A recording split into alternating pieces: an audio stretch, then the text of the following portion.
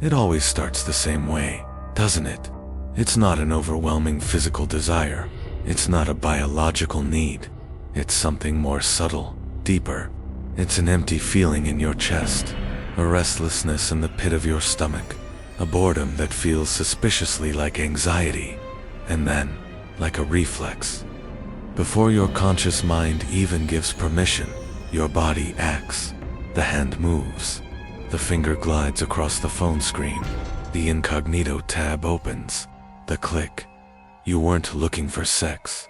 You were looking for relief. You weren't hungry for pleasure. You were desperately trying to escape the pain. But nobody told you that. Nobody told you that this compulsion, this hunger for pornography, for images, for digital validation, for that infinite scroll seeking something you can't name, has nothing to do with lust. It's a hunger for direction. It's a hunger for meaning. It's a hunger for silence. It's the agony of a man who cannot stand to be alone with himself. You were trying to run from your own inner emptiness, and in doing so, you fell into the most perfect trap ever created. The brain gets addicted, not to the nudity of a stranger, but to the promise of anesthesia, the promise that, for a few minutes, you won't have to face your own solitude.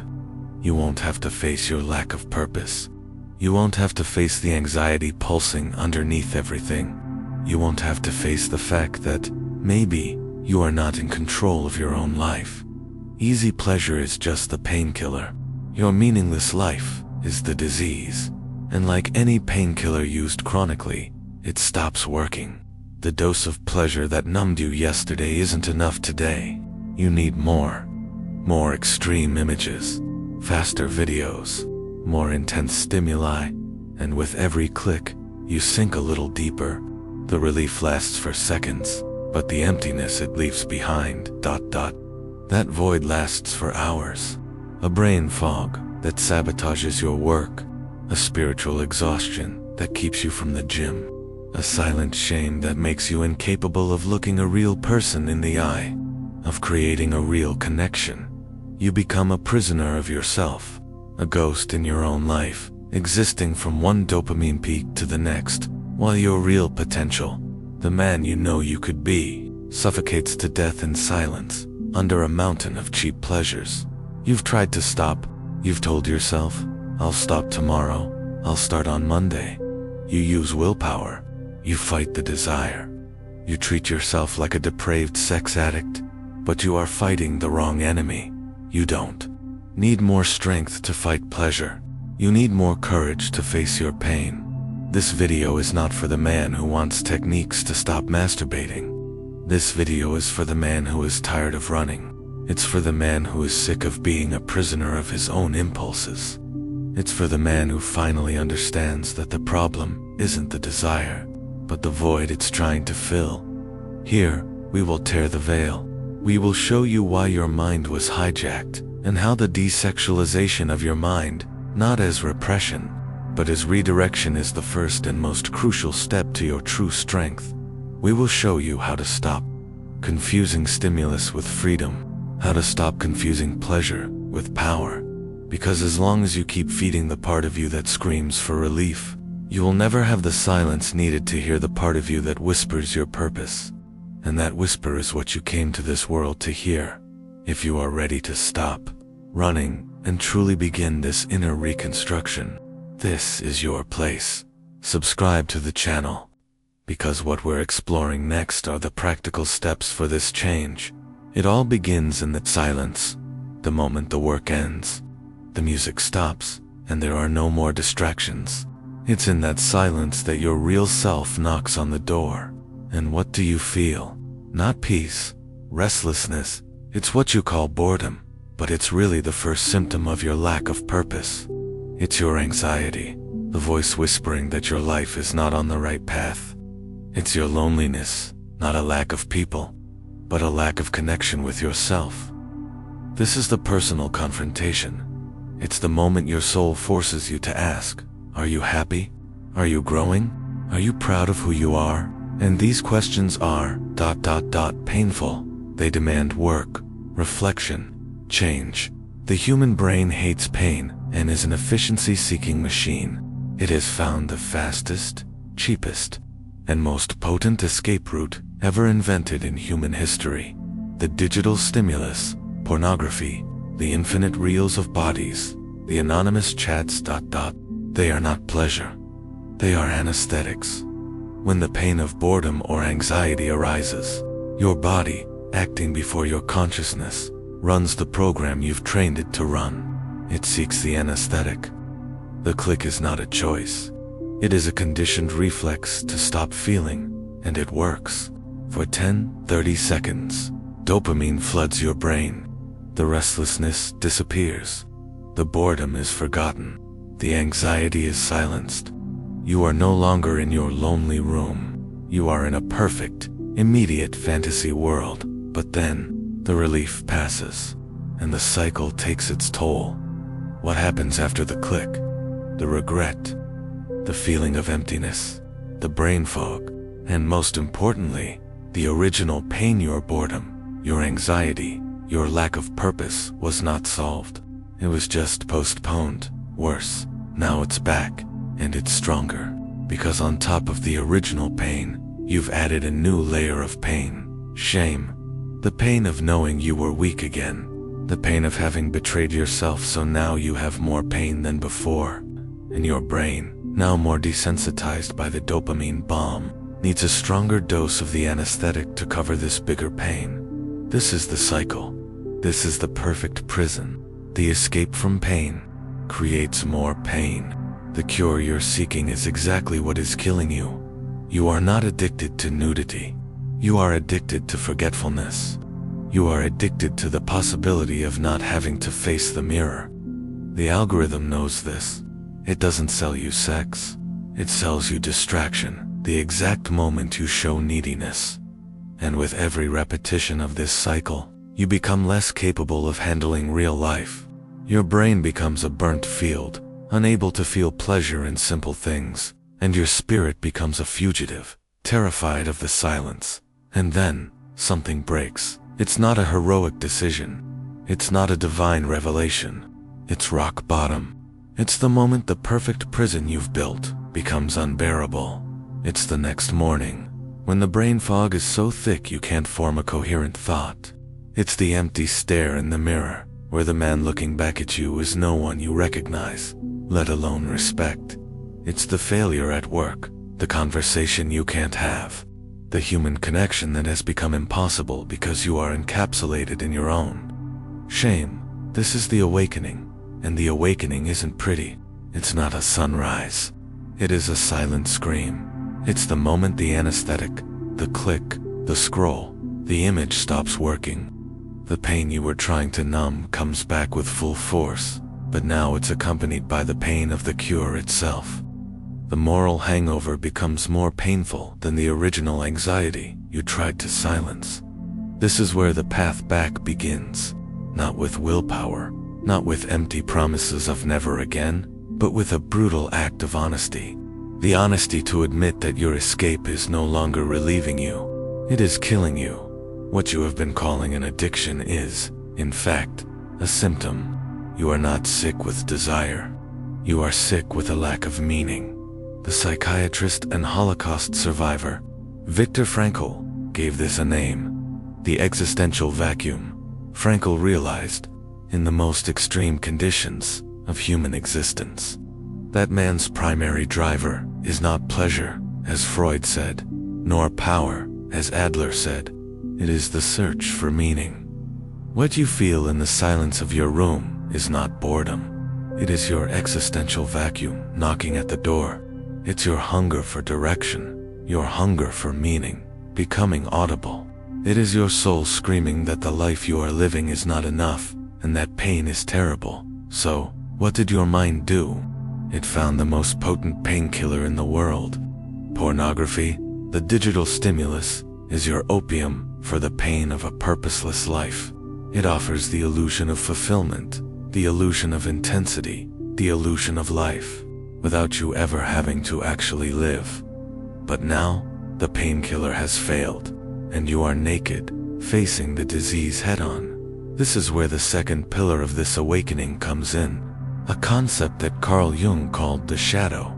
The shadow is everything in you that you reject. It is your weak self, your anxious self, your lonely self, your failed self, your self that feels inadequate, purposeless, and afraid of not being man enough. For years, every click was a desperate attempt to run from this shadow. You used easy pleasure to shine an artificial light on it, to pretend it didn't exist. But the shadow feeds on forgetfulness. The more you ignore it, the stronger it gets. The more you run, the more it chases you. The awakening through discomfort is the moment when you, exhausted from running, finally stop. You turn around, and for the first time, you look your pain, your void, your shadow directly in the eyes. This is the first act of real courage. It's not about blocking the desire. It's about sitting in the discomfort. The next time the urge comes, and it will come, you will do something different. When the restlessness rises in the pit of your stomach, when the boredom starts to feel like anxiety, when the end-of-day loneliness hits, you will not pick up the phone. You will not open the incognito tab. You will stop. You will breathe, and you will feel. You will feel the urgency. You will feel your body screaming for the painkiller. You will feel your mind rationalizing. Just today, just a little. I deserve this relief. You will feel the anxiety grow, and it will feel like a fire in your chest. This is the personal confrontation you have spent your entire life avoiding. And what happens when you stay there? What happens when you face the monster? You discover that it doesn't kill you. You discover that the anxiety, the boredom, the loneliness, they are just sensations. They come in waves, and if you don't feed them with escape, they reach a peak, and then they pass. And in the silence that follows that wave, something new happens. The pain, for the first time, begins to speak. You were so busy silencing the pain that you never stopped to listen to the message it was carrying. Your anxiety isn't your enemy. It's an alarm system. It's saying, warning, your life is not aligned with who you are supposed to be. Your boredom isn't a problem to be solved with distraction. It's a vacuum waiting to be filled by purpose. Your loneliness isn't proof that no one wants you. It's a call to connect with yourself. The pain was not the poison. The pain was the antidote. The way back is not a path away from pain. It is a path through it. You were using pleasure to run from your life, and now you will use your pain as a map to build a new one. This awakening is the fundamental shift in perspective. Discomfort is not something to be avoided at all costs. Discomfort is your compass. Where the pain points, that is where you must look. You've stopped fighting the wrong enemy desire, and have finally identified the right one, the void. You've stopped trying to be strong against pleasure, and have started to be courageous, enough to face your pain. You are no longer a fugitive. You are at ground zero. You are standing in the middle of your own inner chaos, perhaps for the first time in your adult life. The fog is beginning to clear. You are awake, and now, with your eyes open and facing your own emptiness, the real question arises. Not how do I stop, but what do I build in its place?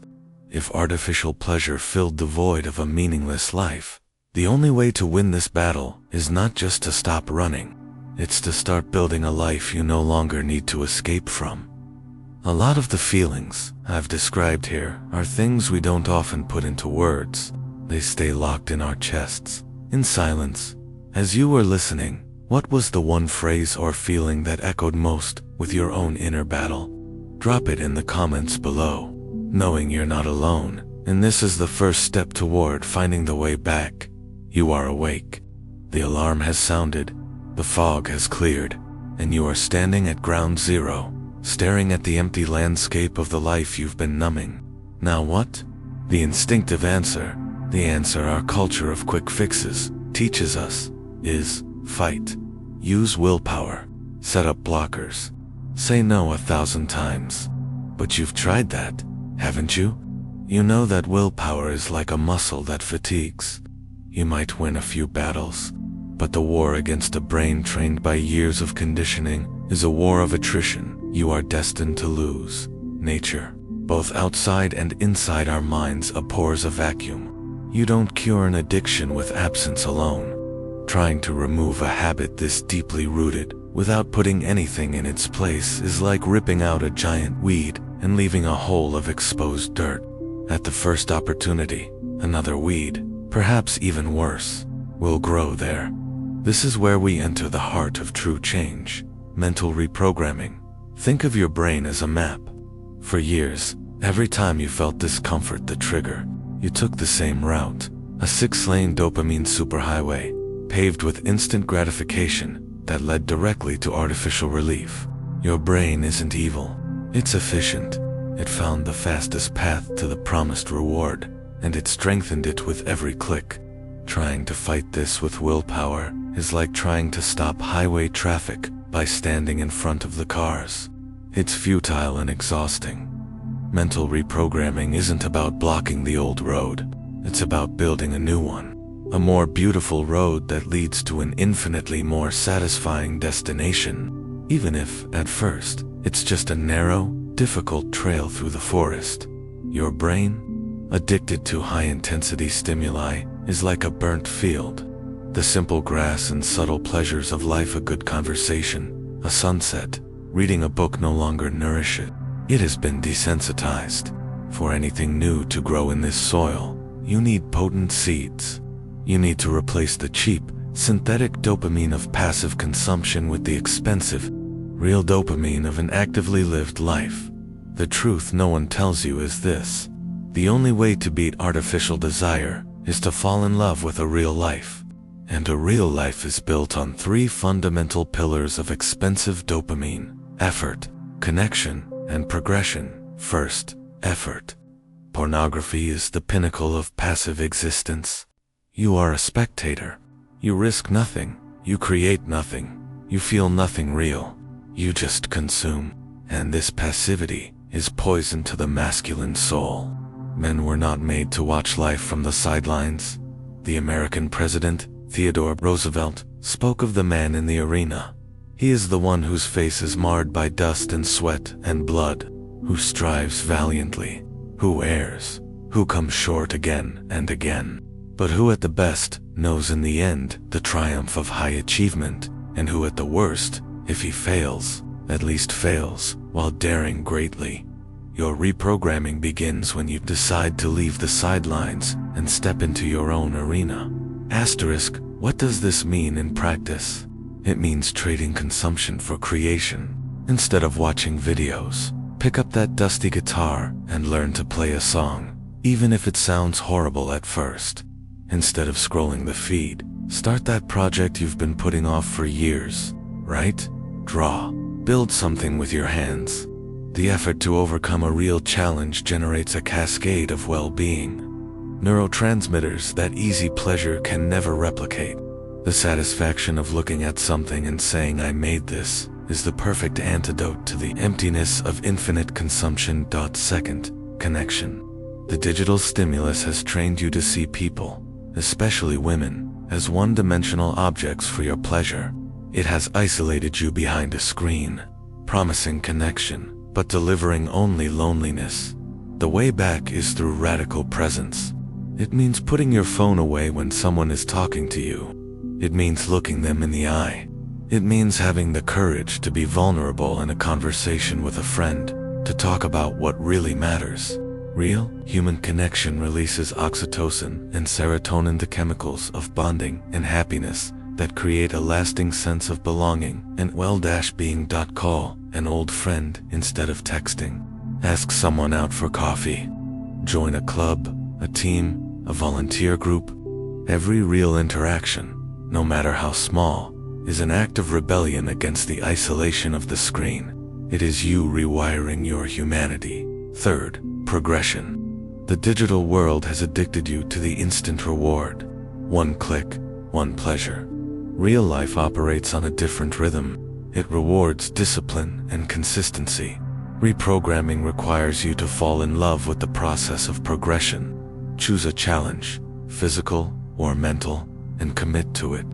It could be going to the gym 3 times a week, learning a new language, reading 1 book a month, or training for a 5K race. The pleasure isn't just at the finish line. It's in the small win of today, the extra pound you lifted, the new word you learned, the page you read when you were tired. Every small step of progress rewires your brain to value long-term effort and achievement over cheap, immediate gratification. Your body and mind were made to overcome challenges. Give them a worthy challenge. Every time the urge to escape comes, you will no longer have to just resist. Now you will have a choice. On one side, the old familiar superhighway that leads to the same old emptiness. On the other, the new trail you are building.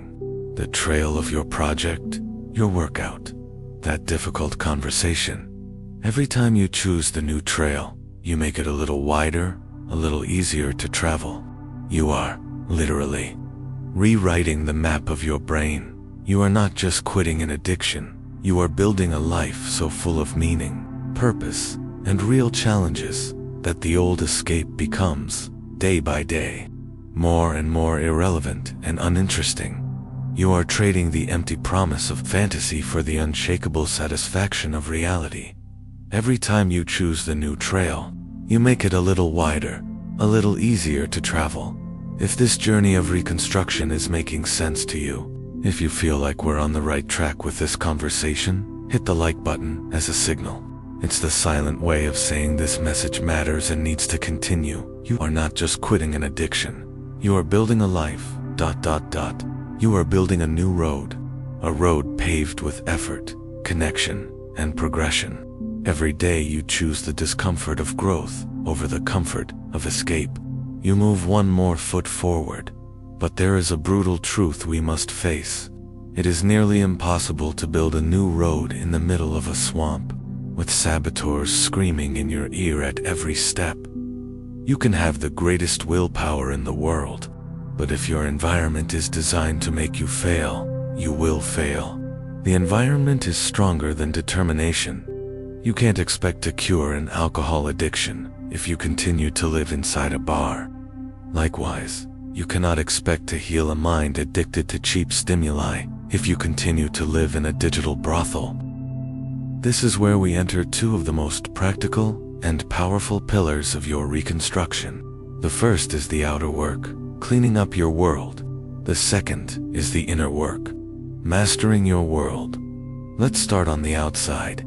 Think of your mind like you think of your body. If you only ate fast food, sugar, and ultra-processed foods every day, what would happen? You would get sick, weak, no energy, no clarity. No one would disagree with this. Why? Then, do we treat our minds differently? The content you consume is your mind's diet. The images you see, the videos you watch, the accounts you follow. All of this is the diet that shapes your thoughts, your urges, and ultimately, your actions. A mind fed by an infinite stream of perfect bodies, instant gratification, and sexual stimuli is a sick mind, an anxious, unfocused, and weak mind. The mental diet is not about censorship or moralism. It is about a radical act of self. It is you, consciously, deciding to stop poisoning yourself. It is you taking control of what enters your field of awareness.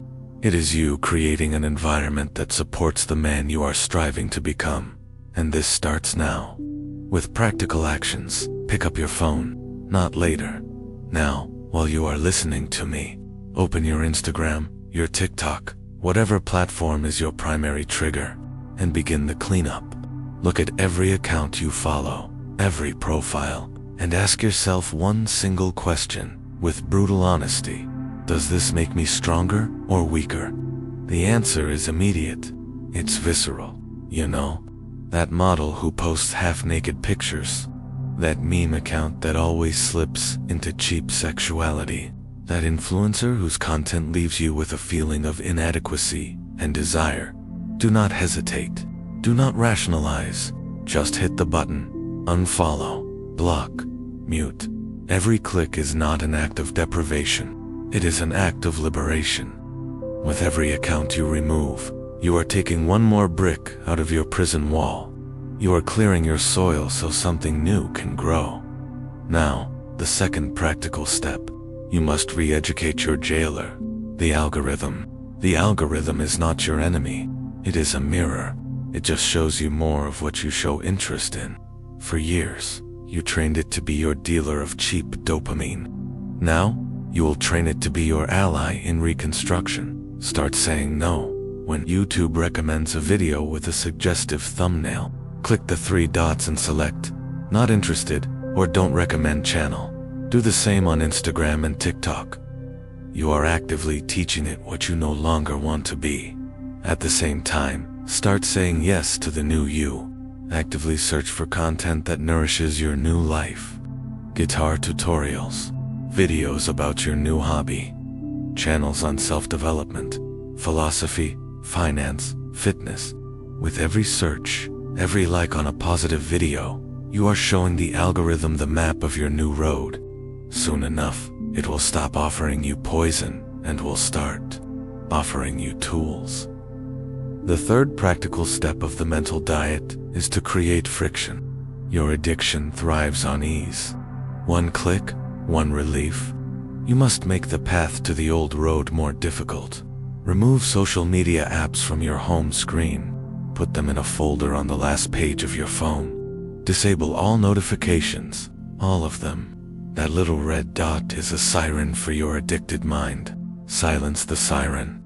The goal is that, to access the trigger, you have to make a conscious effort, not just follow an unconscious reflex. This is the external cleanup. It's the equivalent of throwing out all the junk food in your house. It's essential, but it's not everything.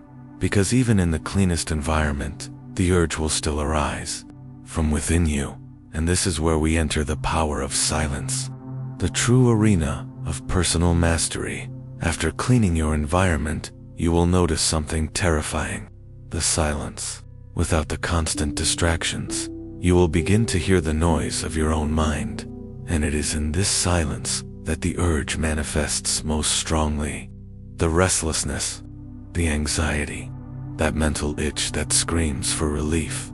Your entire life, your response to this scream was immediate. Stimulus reaction. The power of silence is the practice of inserting a space in between. Stimulus, ... space, ... and then your choice. The secret is not to fight the urge. Fighting a thought is like trying to put out a fire with gasoline. You only make it stronger. The secret is to observe it. Imagine you are the sky, vast, blue, unchanging. Your urges, thoughts, and emotions are the clouds. They come and go. Some are dark and stormy, others are light and fleeting. But you are not the cloud. You are the sky. The cloud of lust may pass through your sky, but it does not have to become you. How do you do this in practice? First tool, the 90-second rule. Neuroscientists have discovered that the chemical response of an emotion, the rush of the urge in your body, only lasts for about 90 seconds. If you can ride that wave for 1.5 minutes without acting, the physiological component of the desire will dramatically decrease. What's left is just the mental story, which is much easier to handle. So when the urge comes, tell yourself, okay, this is just a test. 90 seconds. I can stay here for 90 seconds without doing anything. Just watch the intensity rise, and then, inevitably, begin to fall. Second tool, name it to tame it. When the wave of desire comes, instead of being drowned by it, take a mental step back and label it. Say to yourself, internally, there is the urge. Or interesting, a strong sensation of desire is present, or I am noticing the thought of seeking relief. By naming the sensation, you separate it from yourself. You are not the desire. You are the one observing the desire. This small distance is where all your power lies. Third, and most immediate tool, the breath anchor. The exact moment the urge hits you, before anything else, consciously pull your attention to your breath. Take 3 slow, deep breaths. Feel the cool air entering your nose. Feel your lungs expand. Feel the warm air leaving your mouth. This does two things. It interrupts the automatic thought loop that leads to the reflex click, and it anchors you in the only place you have power, the present moment. The mental diet cleans your battlefield. The power of silence teaches you how to fight. One protects your external environment. The other gives you sovereignty over your internal environment. Together, they don't just help you stop running. They transform you into the architect of your own world and the master of your own mind. We have reached the end of our journey today, and the very heart of this entire transformation. We have arrived at an idea that, at first glance, might seem strange or even frightening to some. The idea of a desexualized mind. Let's be clear from the start. When we talk about desexualizing the mind, we are not talking about repression, castration, or becoming a cold, passionless being. It is not about denying your biology or hating desire. Sexual energy is the energy of life itself. To try and destroy it is to fight nature itself, and that is a losing battle. What we are proposing is something infinitely more powerful.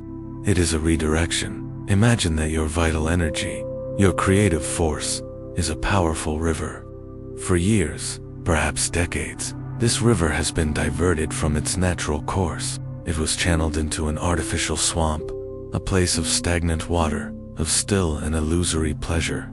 There, its immense force dissipated in loops of compulsion, feeding an ecosystem of emptiness and shame. What we have done here together, step by step, was an act of soul engineering. The awakening was the moment you realized you were living in a swamp.